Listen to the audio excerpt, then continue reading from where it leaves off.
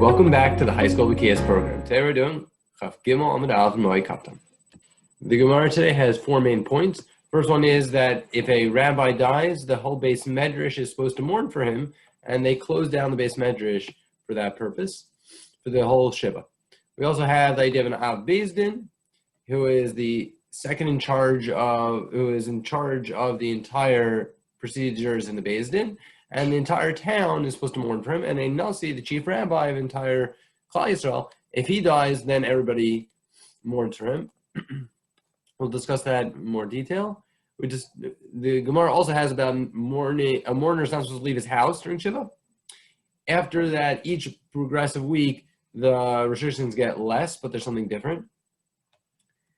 There's a machloket with that with Tanakam and Rabbi Yehuda.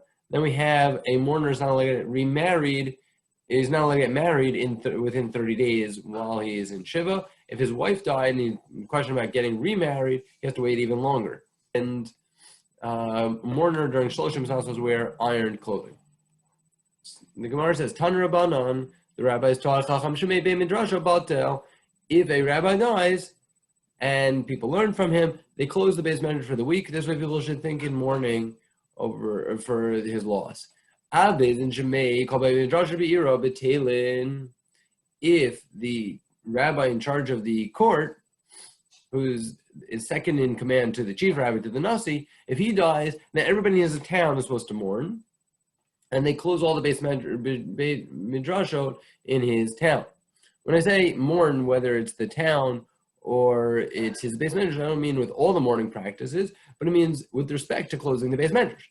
They go into shul. They're supposed to change the place where they sit in shul, as this is reminiscent of one of the practices of a mourner we'll talk about. That's something that applies to the town of the Av Beis Din when he passed away. If they were sitting in the north, they should sit in the south of the shul. If they were sitting in the south, they should sit in the north. If the chief rabbi dies,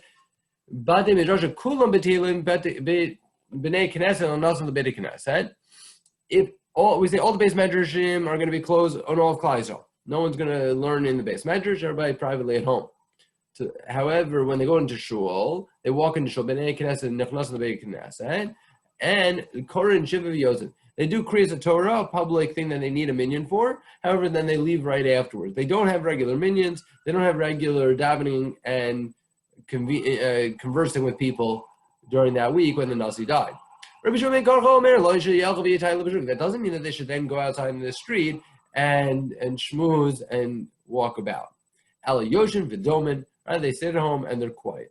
And they think contemplatively about the loss. Another halacha is that you're not supposed to teach halacha. Shmuel is a statement of the rabbis, or Agada is stories of the rabbis, and also teach that in the Avel's house. Rabbi Chanina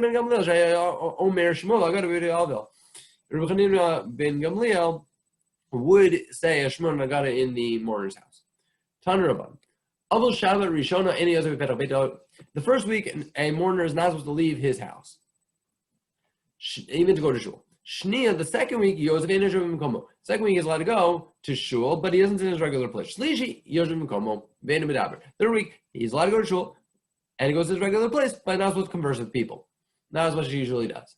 Revi is the fourth week. The fourth week, he's like every other guy, and he can go to his regular place and converse with people. Rabbi Yehuda Omer lo lomar Shabbat Rishona lo beito. Rabbi Yehuda says that can't be the version of the whole sequence of the weeks. Rather, the first week, he obviously is not leaving his house because everybody's coming to be Menachem Abel. Everybody's coming to comfort him. So he definitely is not leaving his house. So then, Ela Shnia in the Yosef Beito. First week, he's not allowed to leave because there's more comforters coming. Second week, he's not going to leave because his way he's going to show us in the morning by not leaving his house. Shlishi, the third week, Yosef and Yosef Mkomo. Third week, he can go to shul. However, he has to change his place. Revi, the fourth week, Yosef Mkomo and Medaber. Fourth week, he goes and sits in his regular place by doesn't converse with people. Chamisha, the fifth week, Arikol Adam. New point. Also love Shlosha Regalim. It says over here, a mourner is not supposed to get married within 30 days while he is mourning. He's not allowed to get married. And if his wife dies, chas v'shalom, he is not allowed to get remarried through regal and through holidays. Rabbi Huda says, Regel Rishon V'Sheni Aser, 2 holidays is Aser, Shlishi Mutter. Third one will be Mutter. Im Ein Lo Banim Mutter L'Isha L'Alter. If he doesn't have any children, he wasn't Mekayim the Mitzvah Puravu, then he's allowed to get married immediately. He doesn't have to wait, because that would prevent him from fulfilling the mitzvah of having children. If his wife dies and he has small kids, he's also allowed to remarry soon after. This is a way to raise the kids. Because once, and we have a story to corroborate this, that Yosef Cohen's wife died, and they went to the cemetery, and in the cemetery, he spoke to his wife's sister, and he arranged that they should get married, and he said, could you raise my kids? Nonetheless, they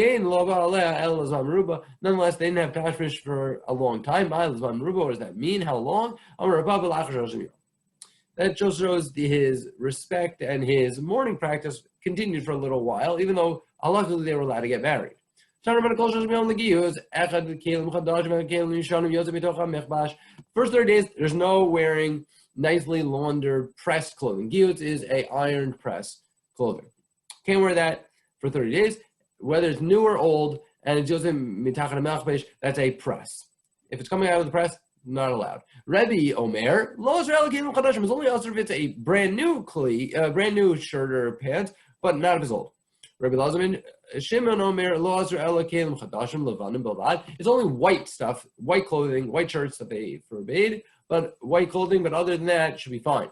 Abai Navi Begarded is Arla Karebi. Abai would go out with a combed coat that was basically nicely refreshed during Shiva. That's the opinion of Rebbe, that it's only a problem with new clothing, but old clothing, not a problem.